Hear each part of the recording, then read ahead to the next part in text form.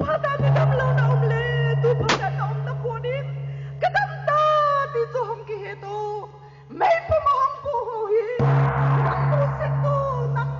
mai ma so se tu pakai Yesu Krista min jam le min kata ta hi hallelujah hallelujah hallelujah kamu ma so se pakai nang tu nai ma do sa ji hallelujah ki patu ke se hallelujah hallelujah ki paun pakai pacanin tang dong tom set na kwa ni ka do ta hi le set tang akwan bau hilawin hallelujah na tom set na kwanin na sadon na nang mai mel ma ho na kisana na sabi dina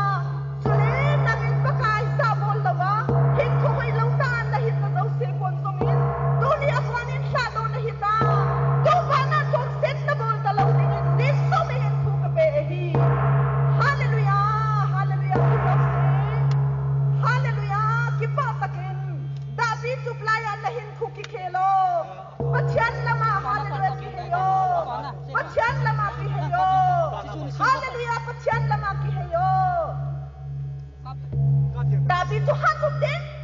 na thanai so se sum ding aming mai in na bol law ding dang kai te ho aming mai in na bol law ding ha sum ding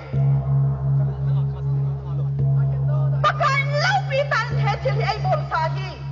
aming mai in na na bol law ding na long chen so se na hat na so se na long